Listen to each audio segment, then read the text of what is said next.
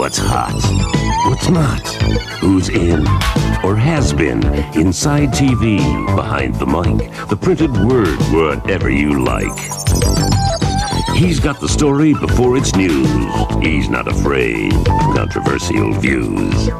Nobody knows Chicago better. He's respected, he's tough, he's a real go-getter. He's Gary Deeb, media critic. Weekdays at 4:30 on Eyewitness News. Eyewitness News at 6. Just one reason why 7's on the move. Media critic Gary Deeb joins us now with the latest on this upcoming television special. Gary? Used to be a joke around Joel that everybody in show business had his own pet charity. Well, that's no longer a laughing matter. What with some of the most obnoxious rock and roll performers trying to convince us that they really care about the poor and the hungry. Now, there's a new showbiz charity, and to be honest with you, this one sounds more sincere than most. It's called Comic Relief, with the world's funniest people raising money for homeless Americans. At Comic Relief Special, be carried on HBO for 3 hours on Saturday night. That's March 29th. Now, more media news. The Chicago White Sox are enjoying a monetary bonanza because the new owner of Channel 66 tried very hard to pirate the Sox telecasts away from Channel 32. In response to that, Channel 32 doubled the price it pays for White Sox TV from $3 million last year to $6 million this season. In fact, Joel and Linda, if you combine the rights fees that the Sox receive from Channel 32 and WMAQ Radio and the Sports Vision pay channel, it all adds up to a whopping $8.5 million this year. That means the White Sox might finally turn a real profit this year. Good. Hope they have a good team, too.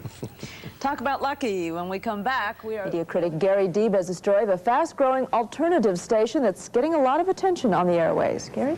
Linda, what do you do when you're a struggling, tiny, brand-new UHF-TV station? To make money, you need viewers, but to get those viewers, you have to steal them from some of America's most successful TV stations, including Channel 2 and Channel 7 and Channels 9 and 32. That's the problem facing Chicago Channel 60, and the station is solving that problem very, very well.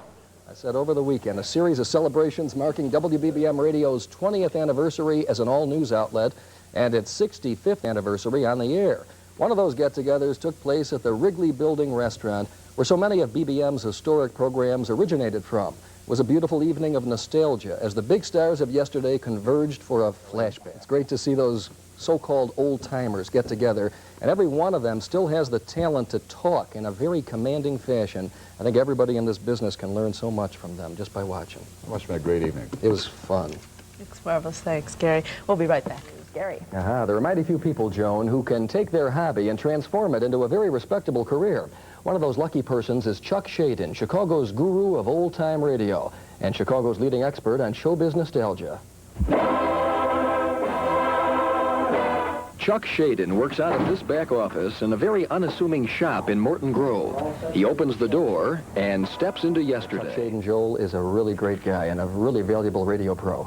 I'm glad someone saved those classics. Still ahead, a Chicago hospital sets the mood for a happy couple from Jefferson Park. An important milestone in that show's history. Are we going to march around the breakfast table once again? I used to do that once in a blue moon. Sure did, too. It was actually 60 years ago exactly today. And one of the all-time most popular radio programs began its long run here in Chicago, Don McNeil's Breakfast Club. It got carried from coast to coast on 400 stations. The Breakfast Club ran from 1933 to 1968, 5 and 6 days a week, a total of 35 years.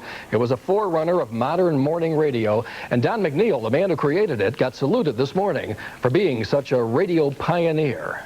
A salute today to Don McNeil, the man who pioneered morning radio, and he began doing it 60 years ago today.